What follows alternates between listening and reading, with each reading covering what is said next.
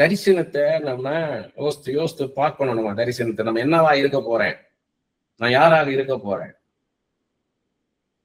நமக்கு அப்பதான் நம்ம லைஃப் ஒரு மீனிங் வரும். இல்லைன்னா மொனாட்டனஸ் லைஃபை நம்ம பண்ற ஜபத்தையே பண்ணிக்கிட்டு இருப்போம், பாடின பாட்டையே பாடிக்கிட்டு இருப்போம். அதுக்குதான் வேதத்தை அதிகமா படிங்கன்றாரு. ஒரு ப்ராஃபட் எப்படி தூக்கி வந்தாரு பார்த்தீங்களா? அந்த நாட்களில ஒரு தீர்க்க தரிசனம் இல்ல, ஒரு தரிசனம் இல்ல, கர்த்தருங்க ஒரு வார்த்தை இல்ல. அந்த இடத்துல சாமியில கொண்டாந்து மகிமையா பயன்படுத்துறாரு. சொல்றதெல்லாம் தப்பாம நடக்கும்னு ஆண்டவர் செய்யறாரு.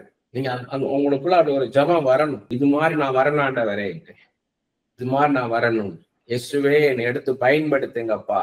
அப்பா, பிரத்யட்சணமான தரிசனம் இல்ல, கர்த்தருடைய வசனம் அபூர்வமா இருந்தது. அப்படி போல இன்னைக்கு ஒரு சூழ்நிலை இருக்கு ராஜா. இயேசுவே, நாங்க சாமுவேல் மாதிரி எழும்பி வரணும் ஐயா. அப்பா, நாங்க தீர்க்க தரிசனிகளாக நாங்க எழும்பி வரணும் ஐயா. எங்களுக்கு அந்த கிருபையை தாரும் ஐயா. இயேசுவே, எங்களை எழுப்பும் ஐயா. நீயே அந்த தீர்க்க தரிசனம் சொன்னீங்களே ராஜா, திறப்பின் வாசலில் நிற்கத்தக்கதாக ஒருவனை தேடினேன், ஒருவனையும் காணேன்னு சொன்னீங்க அப்பா.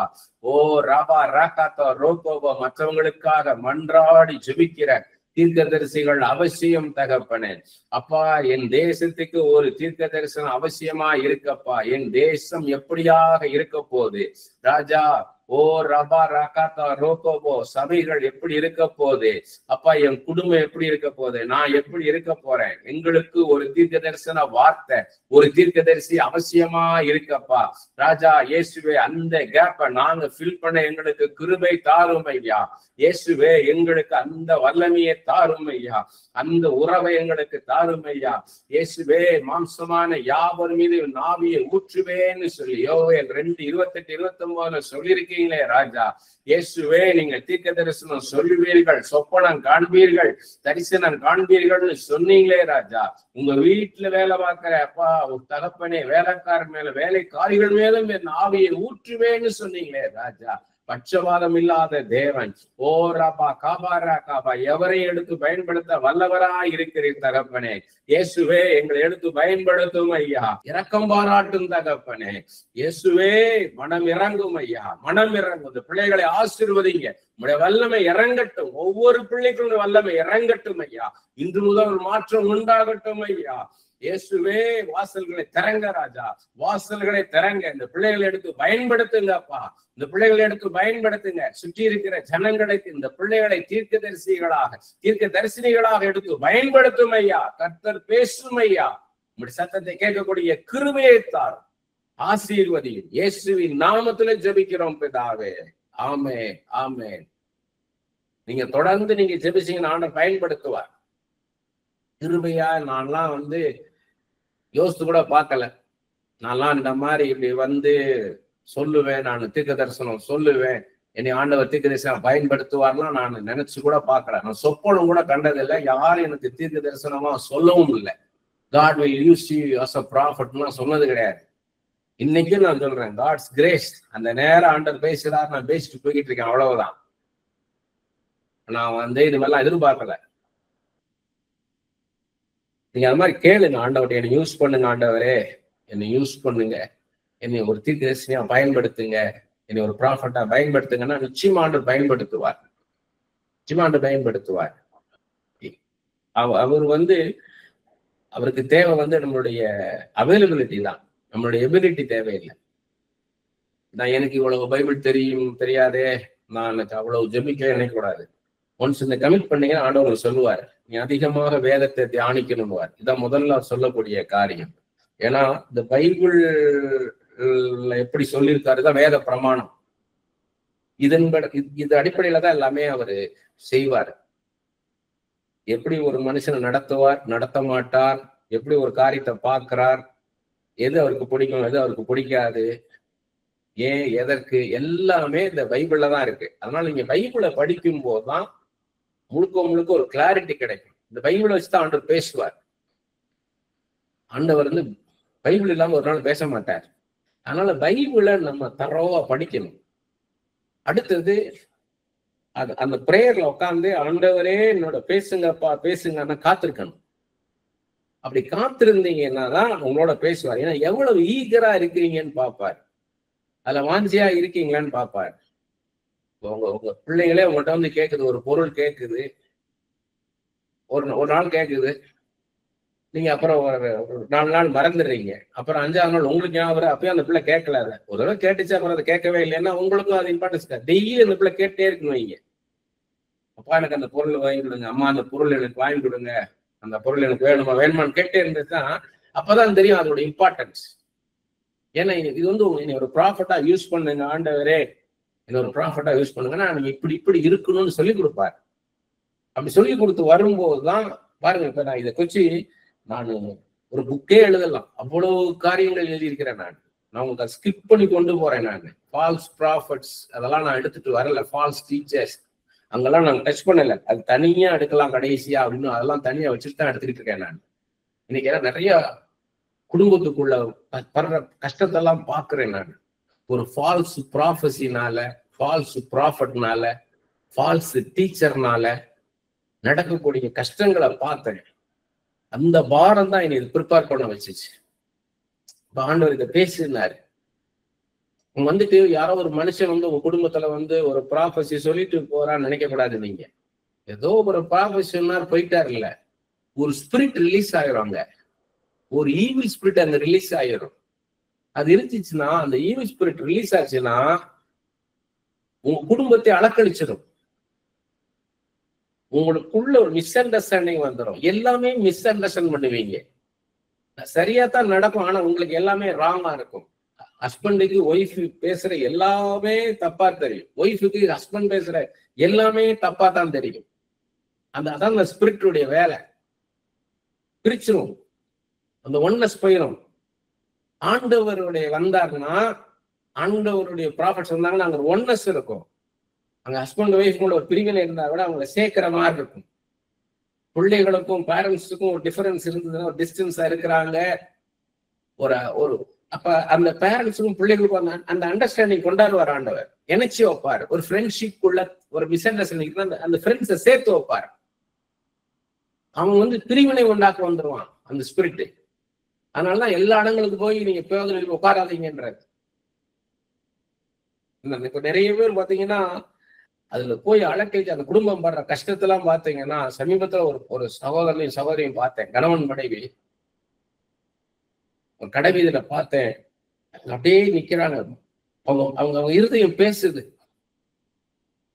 சில வருஷங்களுக்கு முன்பாக அவங்க ஒரு கூட்டத்துக்கு போனாங்க. அந்த கூட்டத்துக்கு போகாதீங்க, என்ன அந்த கூட்டத்துக்கு போகாதீங்க. அவங்க 2 பேரையும் பிரிச்சிச்சு அந்த ஸ்பிரிட். அந்த ஊழியக்காரன் வந்த ஸ்பிரிட் தான் அது ரிலீஸ் பண்ணுவாங்க, ஒரு ஈவில் ஸ்பிரிட்டை. அது என்ன ஆச்சுன்னா, கணவனை மனைவி பிரிச்சிருச்சு. இப்ப நான் எல்லாம் வந்துட்டேன் பிரதர், அந்த இதெல்லாம் வந்துட்டேன், இப்ப நல்லா இருக்கேன் பிரதர். கண்ணெல்லாம் கலங்கிருச்சு 2 பேரும். ஃபால்ஸ் டீச்சிங், ஃபால்ஸ் டாக்டரின்லாம் போனீங்கன்னா, ஏன்னா நம்மளுக்கு ஒரு பிரசங்கம் தான் நினைப்பீங்க. பிரசங்கம் கர்த்தர் பேசுறது. அது கர்த்தர் பேசுறத அவனா பேசணும், என்ன நடக்கும்ன்றதுதான் அதெல்லாம். பெரிய கோடீஸ்வரன் அவ்வளத்தை இழந்துட்டார். மொத்த பிசினஸ் இழந்து போய்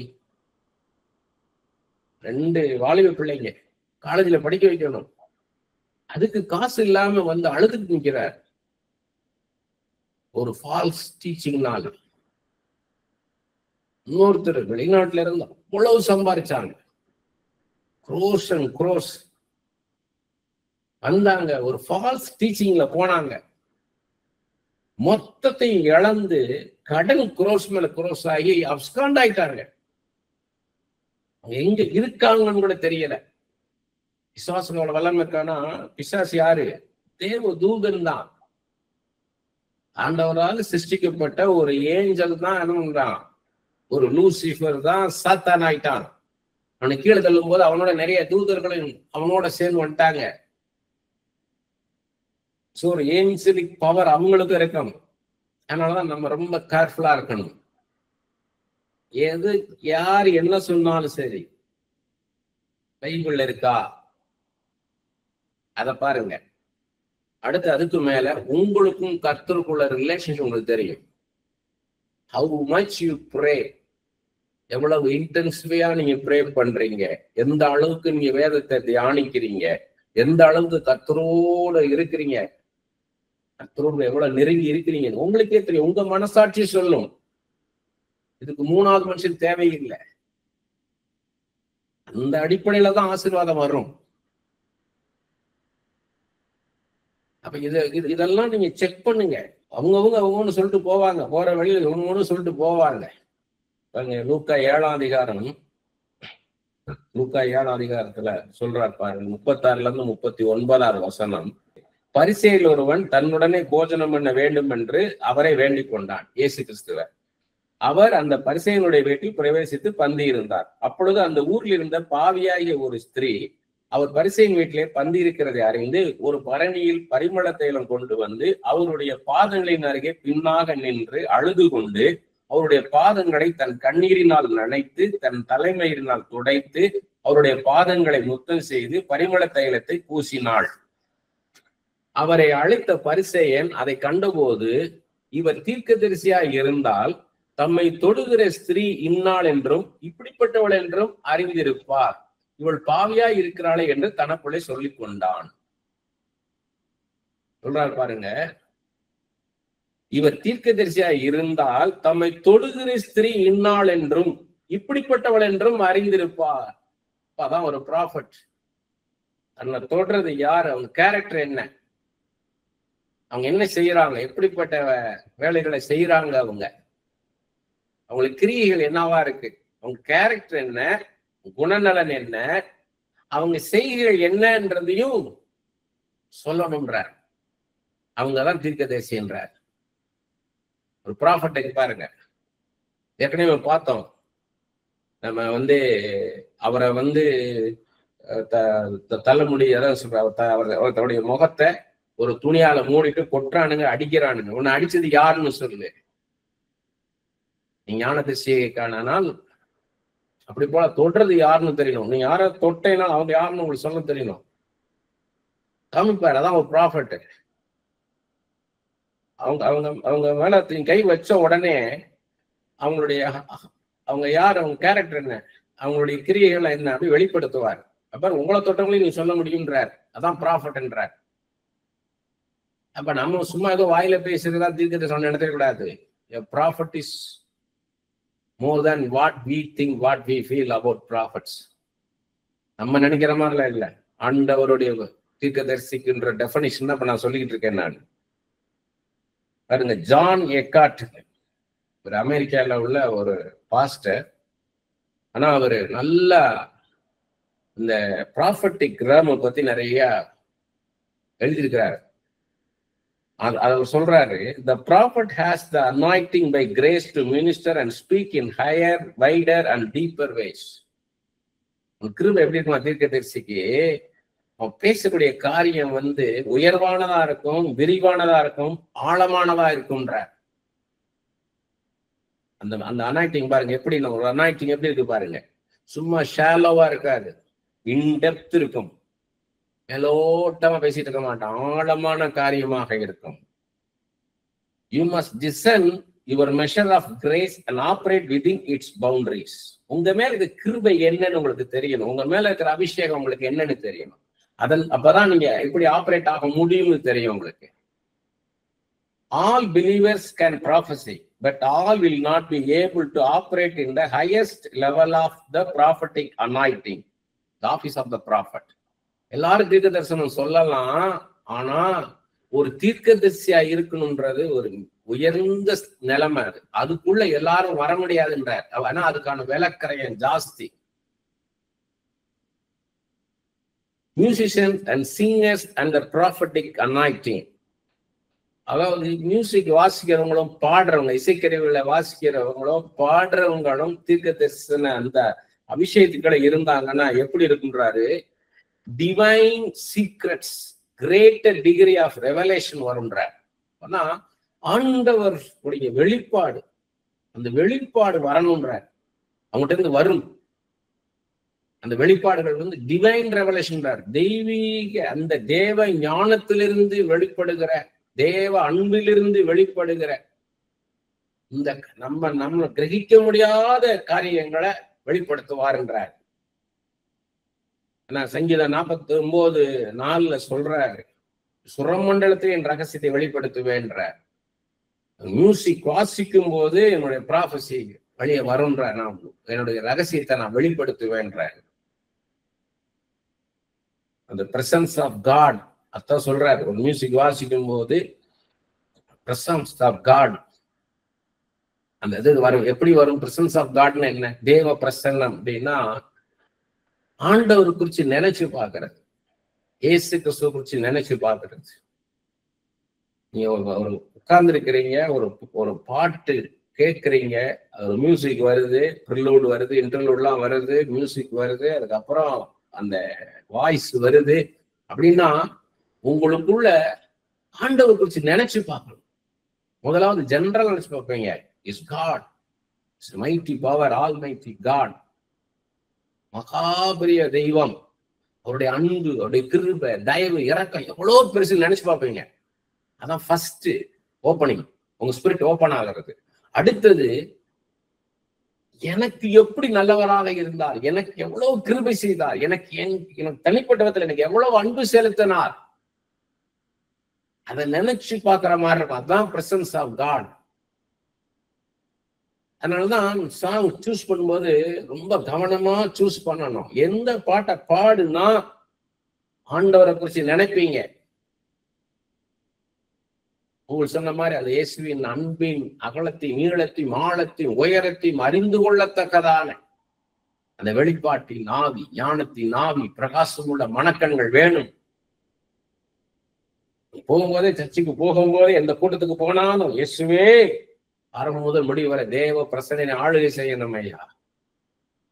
ஆண்டவர் நினைச்சு பார்க்கணும், நினைச்சு பார்க்கணும் ஐயா. அது நினைச்சு பார்க்க சுயமெல்லாம் உடஞ்சிடும். ஐம் நத்திங், ஒண்ணுமே இல்லை ஆண்டவரே. எழுதுறதுக்கான அபிஷேகம், பாடுவதற்கான அபிஷேகம், மியூசிக் இன்ஸ்ட்ருமெண்ட் வாசிக்கிறதுக்கான அபிஷேகம் இருக்கு. ஒவ்வொன்றுக்கும் ஒரு அனாய்டிங் இருக்கு, அட்மினிஸ்ட்ரேஷன் ஒரு அனாய்டிங் இருக்கு.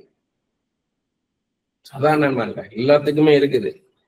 Prophets do much more than prophecy.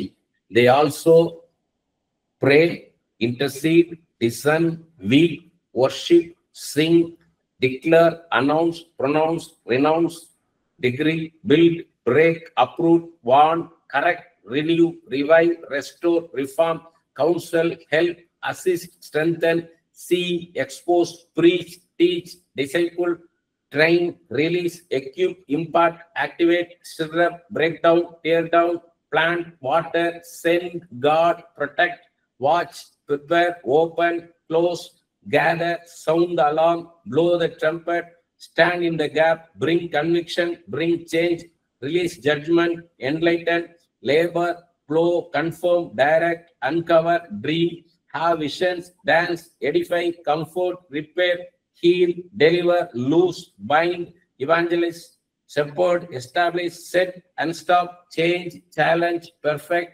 ordain, and encourage. John Eckhart சொல்றார், ப்ராஃபட் ப்ராஃபஸி சொல்றதுக்கு அப்பாற்பட்டு என்னெல்லாம் செய்யணும்னு மன்றாடி ஜெபிக்கணும் ஆண்டவர்கிட்ட. அவர் பேசுனா ஒரு மாற்றம் உண்டாகணும். அவர் கமாண்ட் பண்ற மாதிரி உன் வாழ்க்கையில இருள் விலகுவதாக. அண்ணா இருள் விலகும். இயேசுவின் நாமத்திலே உன் வாழ்க்கையில வெளிச்சம் உண்டாவதாக. வெளிச்சம் உண்டாகும். இயேசுவின் நாமத்திலே இந்த காரியத்தை நான் உடைக்கிறேன்னா உடைக்கப்படும். இந்த குடும்பத்துக்கு விரோதமாக போராடுகிற அந்த ஆவி இயேசுவின் நாமத்திலே கட்டுகிறேன்னா அது கட்டப்படும் பரலோகத்துல. இயேசுவின் நாமத்திலே இவருக்கு வேலை கிடைப்பதாக அங்க வேலை கிடைக்கும். தான் ப்ராஃபட்டுடைய பவர். ஆண்டவர் அப்படியே செய்வார்.